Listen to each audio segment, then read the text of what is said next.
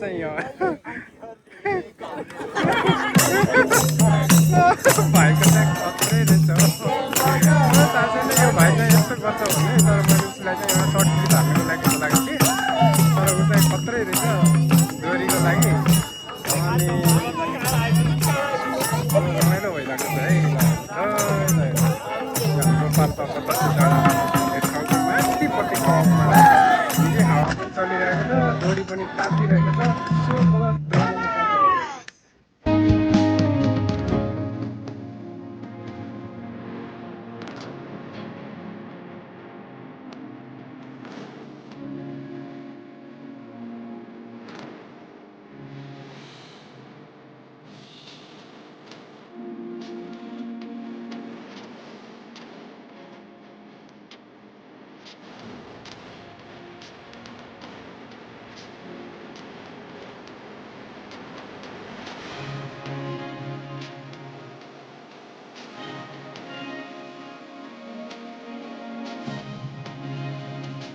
Hello नमस्ते, स्वागत छ तपाईँहरूलाई। अनि आज चाहिँ पाल्पाको डे 2 हो।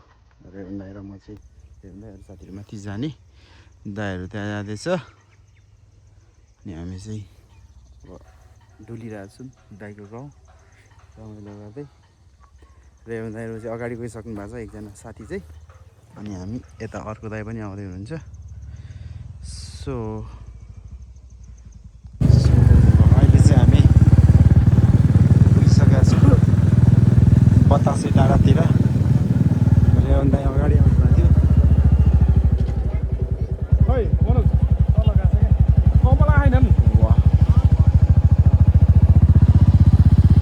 आरम्भ क्याफे, यहाँको एम्बियन्सहरू चाहिँ राम्रो लाग्छ मलाई आरम्भको चाहिँ।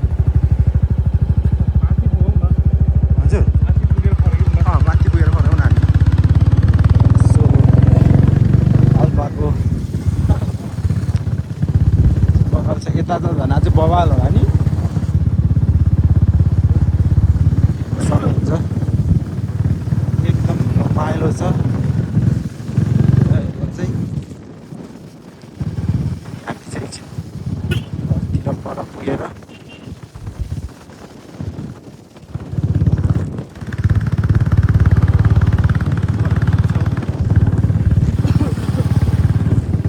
सो अहिले चाहिँ हामी बतासे डाँडा आइसकेका छौँ। अनि म चाहिँ अलिकति मास्तिर यता डाँडातिर लाग्दैछु। यस्तो दामी ठाउँ छ यहाँ है। अनि दाइहरू चाहिँ उता रेवन दाइलाई लिनु गएको छ, अर्को दाइ चाहिँ। अनि यो चाहिँ पाल्पा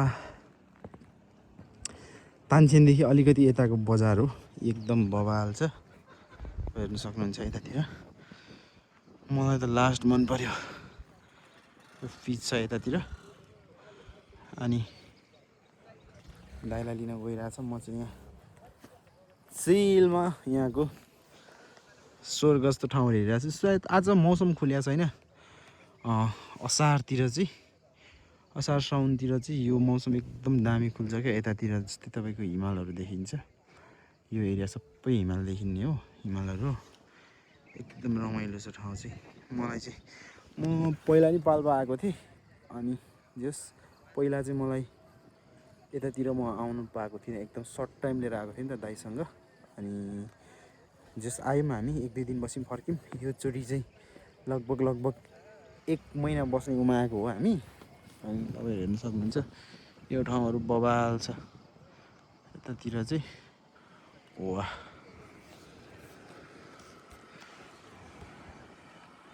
ल यता हाम्रो नयाँ दाइलाई पनि स्वागत छ भ्लगमा। अनि अघि तलैदेखि स्वागत त गर्नुपर्ने हो, हाम्रो रेवन दाइलाई पनि स्वागत छ बतासे डाँडामा। तर झ्योस नाम अनुसारको ठाउँ चाहिँ रहेछ क्या, ठाउँ अनुसारको एकदम बतासे डाँडा होइन। बतास त देउरालीमा बतास चल्यो जस्तै तपाईँहरू हेर्नु सक्नुहुन्छ। सो यता देखेको चाहिँ तानसेन है, तानसेन। अनि बुटवल यो भाइ मैले त रुम पो देखाएको छु त, कता पोखरा छ यता। यो खुलेको भए त कस्तो दामी देख्थ्यो। सो हामी चाहिँ अब उकालो चढ्दैछौँ डाँडातिर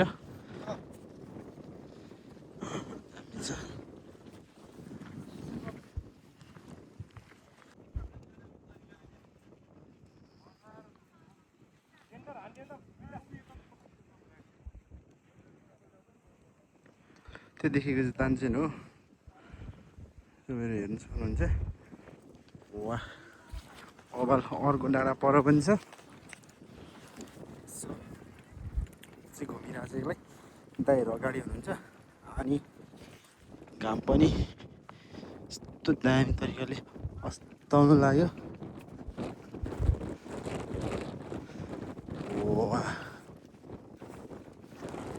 हेर्नु त्यो देखेको चाहिँ कुन गाउँ हो? ए कुन कुन ठाउँ अर्को चाहिँ त्यो? दामी छ त यार। त्यही त मेनली त यो बोयफ्रेन्ड गर्लफ्रेन्ड डेटिङ स्टोर होइन? दामी छ, बवाल छ। पारेको छ बच्चा बच्चीहरूले यस्तो ठाउँलाई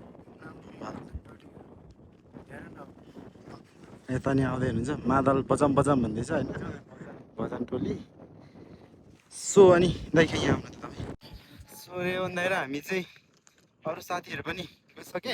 रेवन दाइ त्यहाँ हुनुहुन्छ, हामी डाँडा हन्टिङ हानेर बतासे डाँडा हन्टिङ हानेर फर्किँदैछौँ भनेर रेवन दाइ। तर बबा लाग्यो तपाईँको कति वर्षपछि?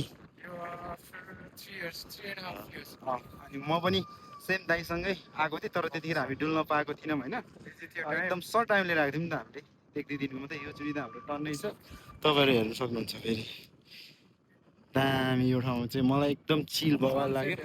सनसाइड त बवाल हो नि, सनसेट त वाह।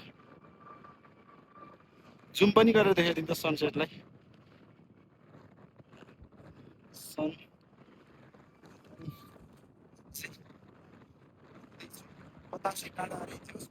खत्रै चल्दै रहेछ होइन? यहाँ त पाल्पाको मेन फेमस एरिया नै हो। हामी चिल गर्दैछौँ। कञ्चनजङ्घा होइन, धौलागिरी माछा। यहाँ एक्चुली यहाँ आउँदा चाहिँ पानी आयो भने चाहिँ एकदम बवाल है। यता साइड तर मैले अहिले देखेको छ नि यता बुटवल कता बुटुल चाहिँ त्यो डाँडादेखि यो डाँडा उतापट्टि। वाह। सो यो चाहिँ यो हाम्रो चाहिँ खासमा चाहिँ यो स्पट ठाउँमा आउनको लागि चाहिँ तपाईँहरू चाहिँ यसको लोकेसन चाहिँ पाल्पा तानसेन चाहिँ पाल्पा गुल्मी रोड माथि बजारभन्दा अलिकति 1.5 किलोमिटर माथि चाहिँ टपमा। त्यसैले त पाल्पालाई चाहिँ क्विन हिल भन्छ क्या, क्विन हिल दार्जिलिङ हो। त्यो चाहिँ हो क्विन हिल।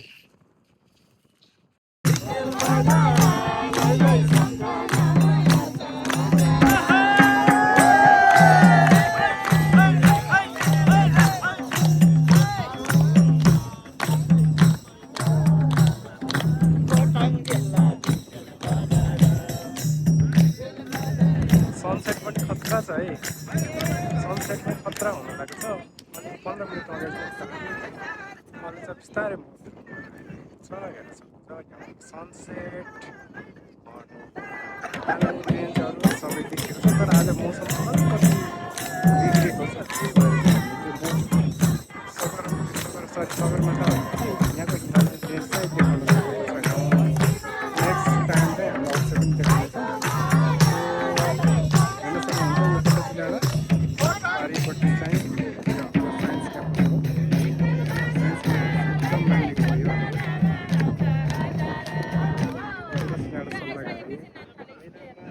एकदम राम्रो क्याफेहरू छ।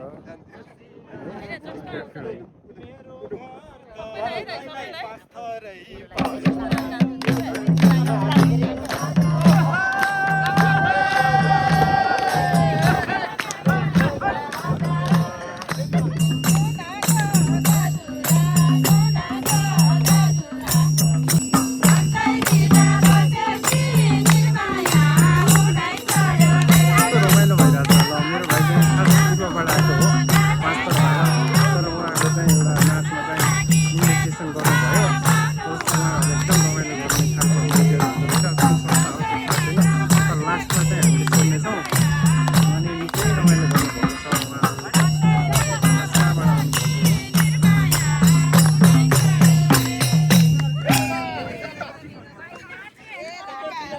चस्मामा गजुरा गीत गाउन नि पाइन्छ हजुर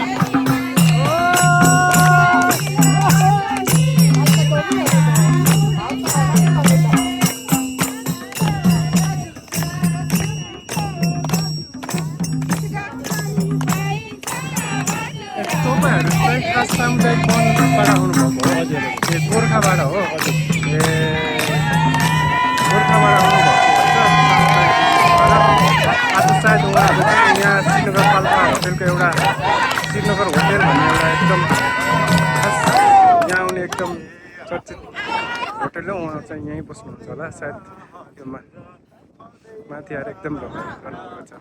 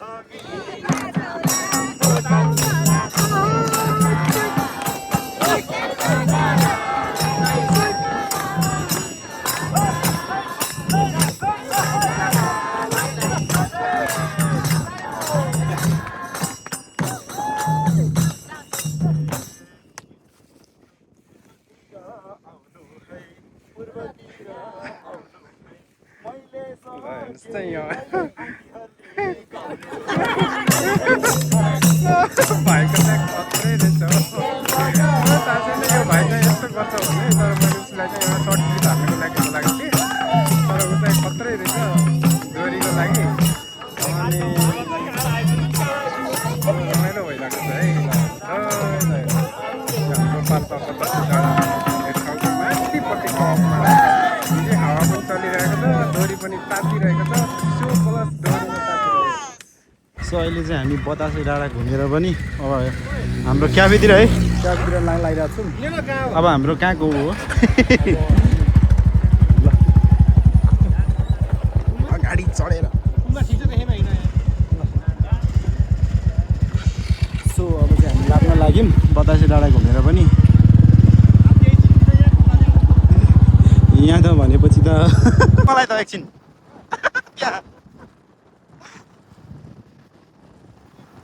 दोरीले घोचे गऱ्यो दिनै पऱ्यो नि मैले पनि नाच्दै हालेँ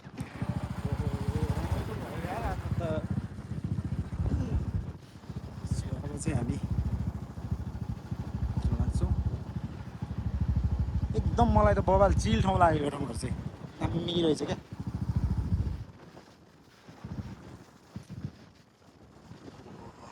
हामी आरम्भ क्याफे आइसकेको छौँ पहिलाकै ठाउँमा हेर्नु सक्नुहुन्छ यहाँको एम्बियन्स चाहिँ एकदम दामी छ र यहाँ छ आरम्भ क्याफे अलि हाम्रो चाहिँ 1 घन्टापछि आएको चाहिँ हाम्रो अर्डरहरू चाहिँ लगभग खाइसक्यौँ सबै मान्छे रिसले हामी त्यो डाँडा पुगेर आएर अर्डर चाहिँ 16 छ टेस्टमा चाहिँ 9 दिएको सर्भिसमा फेरि एकचोटि भन्नु त टेस्ट त बबाल हो साँच्ची मलाई पनि टेस्ट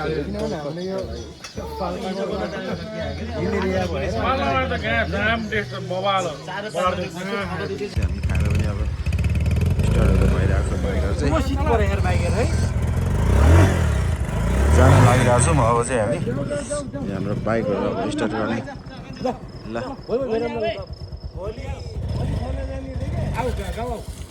त्यतिर बबाल ल है अब चाहिँ हामी निस्किन लाग्यौँ होइन हामी अब हाम्रो तल लुङ्गी के पो भन्छ लुङसम्मको यात्रा बतासे डाँडादेखि हो चिसो त तर ओभर चिसो हुने रहेछ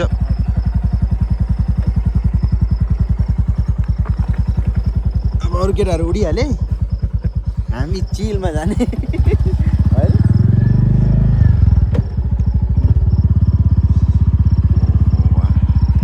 सो दाइर हामी चाहिँ अब साथीहरू सबै माथि आफ्नो आफ्नो घर गयो दाइर हामी चाहिँ अब घर पुगिसकेर पनि बिस्तारामा ल्यान्डिङ हानिसक्यौँ बेलुकाको रातिको 11:30 भइसक्यो। रातिको 11:30 भइसक्यो। रेवन्त यहाँ हुनुहुन्छ। पालुवा पनि चिल हानिरहेको छु भनौँ न।